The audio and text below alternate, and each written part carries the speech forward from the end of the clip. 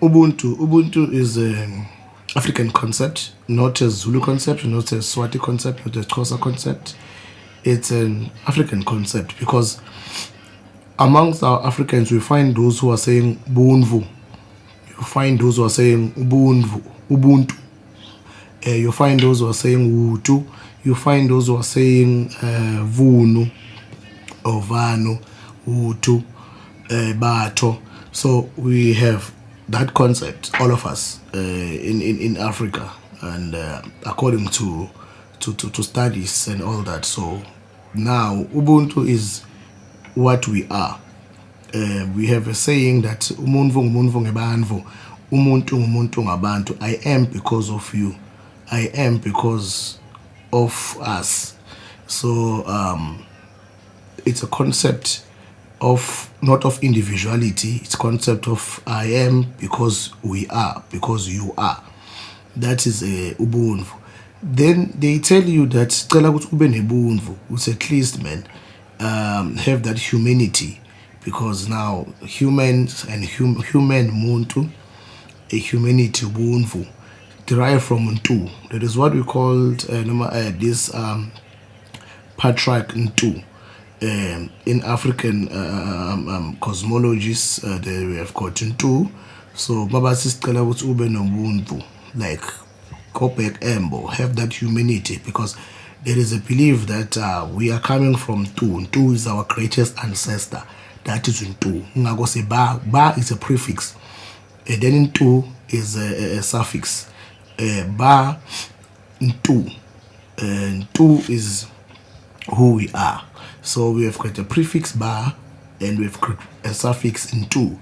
If you are an individual, umu, Ntu. But if you are a group of people, we are addressed or called as ba, Ntu. So that is what I said when they say banning ubuntu, no banning ubuntu, to have humanity in English.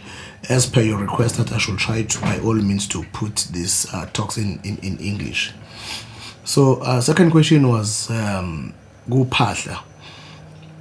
Kuphahla, Kupha. What is Kupha? Kupha is to give freely, free will giving. If I'm putting it correctly, free will to give freely. So lo Kupha. So sha is also a suffix. As well, it can be a prefix, because sha is a spirit of wisdom. Sha is a spirit of cleanliness.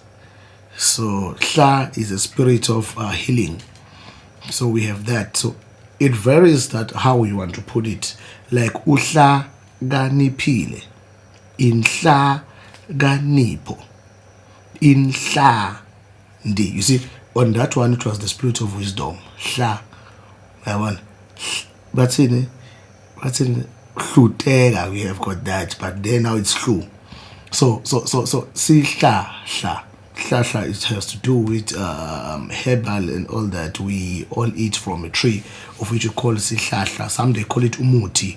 The Zulus they call it umuti, but then the Swatis they call it sihlahla. Then we have hlandeka, inhlandi, hlandeka, the pureness, cleanliness. So when we say kuphahla, kupha in a spiritual context, like purifying. You can say we purify the soul, the wisdom, and all that. So logo phahla, you do it freely. You are connecting with yourself.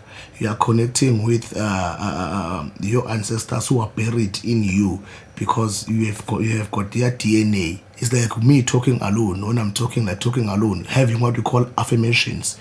Affirmations. Who am I talking to? I'm talking to my inner self, my inner. What the late Credo Muta calls it inner. Nkuluma nami, my inner self. Affirm. I'm telling myself. So we have that. Then other people, they interpret it, or they teach like Kuphahla is to speak with your ancestors, depending where. You can speak under the tree. You can speak by the river banks. You can speak in the mountains. You can speak in the graveyards. You can speak inside your room, outside your home. You can speak everywhere. You are connecting with yourself. You are calling upon the ancestors to guide you, the spirits of ancestors to guide you. So one may say, but the dead cannot hear. That is from a religious perspective, that the dead cannot hear. That is from a certain book that one reads, because I'm saying all these things based on African context. So if you may say to me, the dead do not hear and they cannot see, they cannot, because they are dead, meaning they're non-existent. To me, you won't win that one, because you are talking to someone who have read the Bible upside down from cover to cover and committed some of the verses into memory. Because now we read in the very same Bible, I just didn't want to go there, but for those ones who are Christians, who are saying, I kind of not miss, I'm missing you now, totally I'm missing you. We read in the book of Matthew chapter 17 verse number 3 that there appeared Moses and Elijah unto Jesus, and we read that Moses died. We read that Moses died in the book of Deuteronomy, that Moses died in the land of Moab. Then no man knoweth his sepulchre until this day. It's written like that in the Bible. But now we find that Moses is appearing unto Jesus. How is Moses appearing unto Jesus and talking to Jesus? Because Moses died. So it becomes a problem. If you say now the dead cannot hear, because me and you have never died, so we cannot speak on behalf of the dead. So we go for what we have learned. We rely for what is written. It's based on one's belief, whether you believe it or not. Because now we read in the book of John chapter number 5, I think verse number 26, 7, 28, 26, 27, 28, start from there, 29.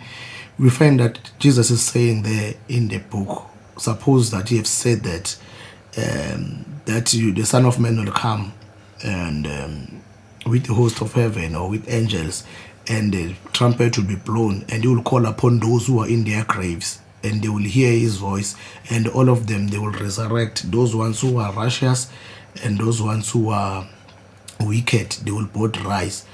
So now, where are those people? They are in their graves. What is it that will hear the voice of Jesus there while they are in their graves, if the dead cannot hear? So we have read that in the book of Ezekiel chapter number 37, that Ezekiel was told to prophesy upon the dry bones and tell them, what is it that he heard from those bones? Because we know bones don't have ears and they are dead. What is it that heard the voice of the prophet? We read that Moses was told to throw down a staff, and the staff became a serpent, a snake. How is it that a dead thing is becoming something which is living by just a command? We read again and again Jesus Christ calling upon, I think it's John chapter 11, that he said to George, who's that? Lazarus. He spoke to Lazarus, who was dead for 4 days. He said unto him, Lazarus, come out. And Lazarus came out. How did Lazarus hear that if the dead cannot hear? So you see, all these things debunk the notion or the dogma that says that dead cannot hear, because we can't really speak on behalf of dead people, but we go for what we heard orally, we go for what is written. So Kuphahla is to speak and connect with yourself, connect with the spirit of your ancestors, and and you find some kind of if you do that. Most people do that and they find jobs. Most people do that and their things just come okay. It depends again in the clans, because in my clan I am told it's Angpal. That was my teaching of my grandfather and my father, the grandfather from the paternal side. So, but on the maternal side, they are the Zulus, so meaning Nyasa. So I go for the paternal side of not Phahla. If I want to say I'm Phahling, I'm just doing affirmations that I will be rich, I am great, I am a smart boy, I am well informed, I affirm in the present, and in that way I'm communicating better with myself. So yeah, that's that. Good job.